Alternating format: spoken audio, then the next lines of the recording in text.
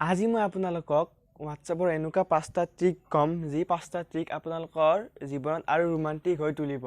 প্ৰথম ট্ৰিকটো হ'ল আপোনালোকে যে হোৱাটছএপত মেছেজ কৰিলে আপোনালোকৰ মেছেজটো টাইপিং কৰাৰ পিছত যে সেন্ড কৰা অপচনটো আপোনালোকৰ কিবৰ্ডৰ ওপৰত থাকে। অপচনটো ওপৰত মানে অলপমান কিবৰ্ডৰ সাইডতে থাকে। সেই অপচনটো আপোনালোকে কেনেকৈ কিবৰ্ডৰ লগত কেনেকৈ কিবৰ্ডত আনিব পাৰিব সেই অপচনটোৱে। তো বলক আমি ভিডিঅ'টো আৰম্ভ কৰোঁ। আপুনি আৰু থ্ৰী ডটত ক্লিক কৰক। থ্ৰী ডটত ক্লিক কৰাৰ পিছত সেটিংছত যাওক। সেটিংছত গৈ আপুনি ইয়াতে দেখা পাইছে 2 নম্বৰত চাওক সাৰ্চ ইয়াতে ক্লিক কৰক। ইয়াতে ক্লিক কৰাৰ পিছত ইয়াতে চাওক এণ্টাৰ ইজ সেন্ড এইটো ক্লিক কৰি দিয়ক। এইটো ক্লিক কৰাৰ পিছত আপুনি ইয়াতে চাব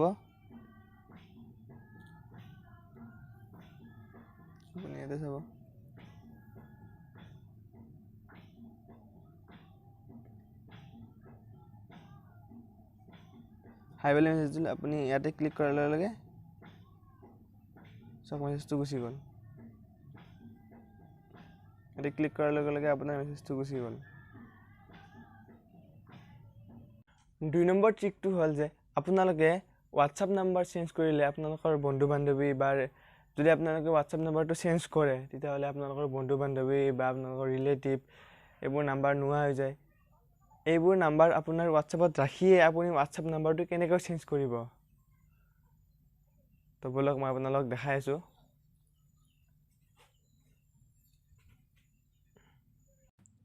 প্ৰথমতে আমি ওপৰত যে থ্ৰী ডটত ক্লিক কৰিম। থ্ৰী ডটত ক্লিক কৰাৰ পিছত তলত যে সেটিংছত ক্লিক কৰিম।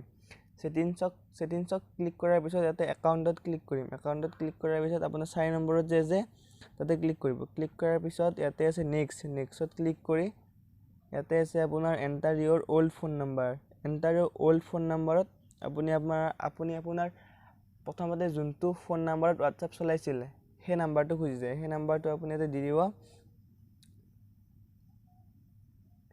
সেই নাম্বাৰটো দিয়াৰ পিছত তলত চাওক এণ্টাৰ ইউৰ নিউ ফোন নাম্বাৰ। আপোনাৰ ইয়াতে এতিয়া যোনটো নাম্বাৰত হোৱাটছআপ খুলিব সেই নাম্বাৰটো বিচাৰিছে, সেই নাম্বাৰটো দি দিব।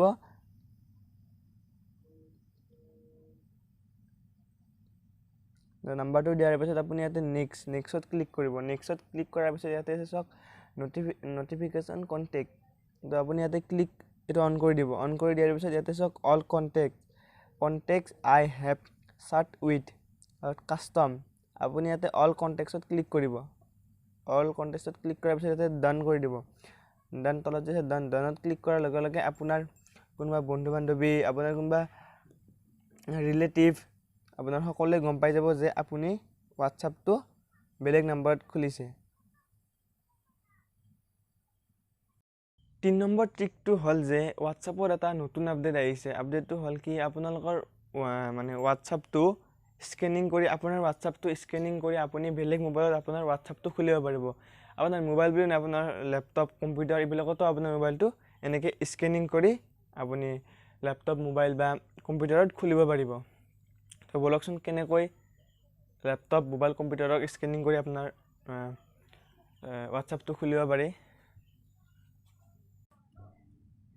একেধৰণে আপুনি আৰু থ্ৰী ডটত ক্লিক কৰিব। তাতে ক্লিক কৰি ইয়াতে তলত চাওক সেটিংছত ক্লিক কৰাৰ পিছত আপুনি ইয়াতে যে দেখা পাইছে এইটো চাওক ইয়াতে ক্লিক কৰিব। ইয়াতে ক্লিক কৰাৰ পিছত চাওক আপোনাৰ মাই কোড, মানে এইটো আপোনাৰ মোবাইলটোৰ কোডটো। আপুনি যদি বেলেগ মোবাইলেৰে এই কোডটো স্কেনিং কৰে তেতিয়াহ'লে আপোনাৰ হোৱাটছআপটো বেলেগ মোবাইলত খুলিব পাৰিব। আৰু যদি আপুনি বেলেগ হোৱাটছআপ এটা আপোনাৰ মোবাইলত খুলিব খোজে তেতিয়াহ'লে ইয়াতে চাওক স্কেন কোড। এই কোডটো ইয়াতে ক্লিক কৰাৰ পিছত আপুনি এনেকৈ স্কেনিং কৰি আপুনি বেলেগ হোৱাটছআপ এটা আপোনাৰ মোবাইলত খুলিব পাৰিব।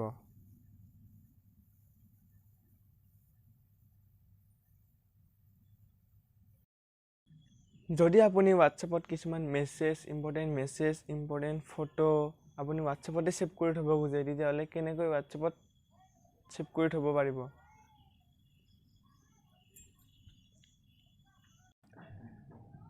প্ৰথমতে আপুনি ইয়াতে ধৰক ইয়াতে আহিল ইয়াতে অহাৰ পিছত আপোনাৰ এই ফটোখন ভাল লাগিছে তো আপুনি এই ফটোখন এনেকৈ ক্লিক কৰি ধৰি ইয়াতে য'ত ওপৰত যে দেখা হৈছে ষ্টাৰ এই ষ্টাৰটোত ক্লিক কৰি দিব এই ষ্টাৰটোত ক্লিক কৰাৰ পিছত আপুনি এই ফটোখন মানে আপোনাৰ এই ফটোখন আপোনাৰ হোৱাটছআপতে সেভ হৈ থাকিব আপোনাৰ গ্যালাৰীত নহয় আপোনাৰ এই ফটোটো হোৱাটছআপতে সেভ হৈ থাকিব কেনেকৈ সেভ হ'ব মই আপোনাক দেখাই আছোঁ আপুনি থ্ৰী ডটত ক্লিক কৰক থ্ৰী ডটত ক্লিক কৰি ইয়াতে চাওক ষ্টাৰ্ট মেছেজ আপুনি ইয়াতে ক্লিক কৰি দিয়ক ক্লিক কৰাৰ চাওক এই চাওক আপোনাৰ ফটোখন ইয়াতে সেভ হৈ আছে আপোনাৰ ইয়াতে ফটো বুলি নহয় আপোনাৰ মেছেজ ভিডিঅ' সব ইয়াতে সেভ হৈ থাকিব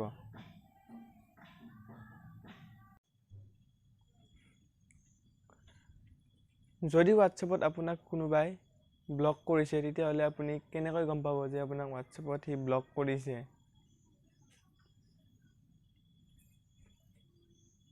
প্ৰথমতে আৰু আপুনি থ্ৰী ডটত ক্লিক কৰক থ্ৰী ডটত ক্লিক কৰাৰ পিছত ইয়াতে ওপৰত চাওক নিউ গ্ৰুপত ক্লিক কৰক নিউ গ্ৰুপত ক্লিক কৰি আপুনি এই গ্ৰুপটোত আপোনাক ধৰক আপোনাক যোনে ব্লক কৰিছে সেই গ্ৰুপটোত আপুনি সেইজন মানুহক ল'ব তো আপুনি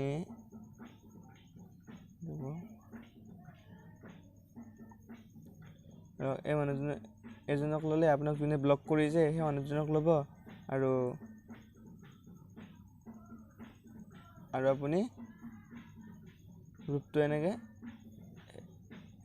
অ'কে কৰি দিব অ'কে কৰাৰ পিছত আপুনি ধৰক গ্ৰুপটোৰ নাম কিবা এটা দিলে আৰু গ্ৰুপটোৰ এনে কিবা এটা দিলে গ্ৰুপটোৰ নাম দিয়াৰ পিছত আপুনি ইয়াতে ৰাইট চিন দিয়ক ৰাইট চিনটোত ক্লিক কৰি দিয়ক ৰাইট চিনটোত ক্লিক কৰাৰ পিছত যদি আপোনাক সেই মানুহজনে ব্লক কৰিছে তেতিয়াহ'লে আপোনাৰ ইয়াতে যেনেকৈ আহিছে চাওক ইয়াতে চাওক বনিল আৰু ইউ মানে এজন হ'লো মই আৰু এইটো হ'ল বনিল যদি মোক এই ল'ৰাজনে বনিল নামৰ ল'ৰাজনে যদি মোক ব্লক কৰিছে তেতিয়াহ'লে তেওঁ এই গ্ৰুপত মানে ইনভাইট নহয় আৰু যদি মোক ব্লক কৰা নাই তেতিয়াহ'লে হ'ব তো মোক ব্লক কৰা নাই সেইবাবে সি গ্ৰুপটোত ইনভাইট হৈছে তো এনেকৈ আপুনি আপোনাক যদি কোনোবাই ব্লক কৰিছে এনেকৈ আপুনি গম পাব যদি ভিডিঅ'টো ভাল লাগে লাইক কৰিব শ্বেয়াৰ কৰিব ছাবস্ক্ৰাইব কৰিব নেক্সট ভিডিঅ'ত লগ পাম এতিয়ালৈ বাই বাই